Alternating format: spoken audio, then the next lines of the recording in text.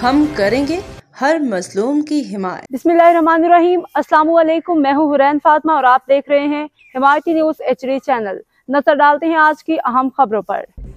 दबंग SHO Memon Goth Javed Abro की शानदार कार्रवाई। ज़ारा क्लिनिक सील, इलाका मकीनों ने पुलिस टीम को खराज तहसीन पेश किया। रिपोर्ट अहमदीन हमायती, रोजनामा हमायती न्यूज़।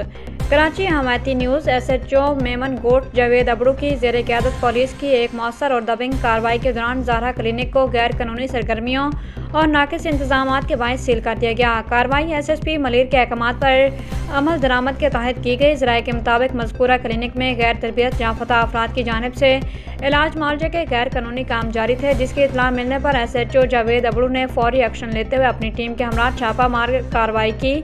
पुलिस टीम ने मौका से ज़रूरी रिकॉर्ड कब्जे में लेकर मज़ीद तहकीकात शुरू कर दी हैं। कार्रवाई के दौरान इलाके में किसी किस्म का नाखुशगवार वाक़या पेश नहीं आया। इलाका मकीनों ने SHO जावेद अबड़ू और उनकी पूरी टीम को भरपूर खराज तहसीन पेश करते हुए कहा कि उनकी दबंग और जुर्रतमंदाना कार्रवाइयों से मेमन गोट में जराइम और गैर कानूनी सरगर्मियों पर वाज़ेह हद तक काबू पाया जा रहा है।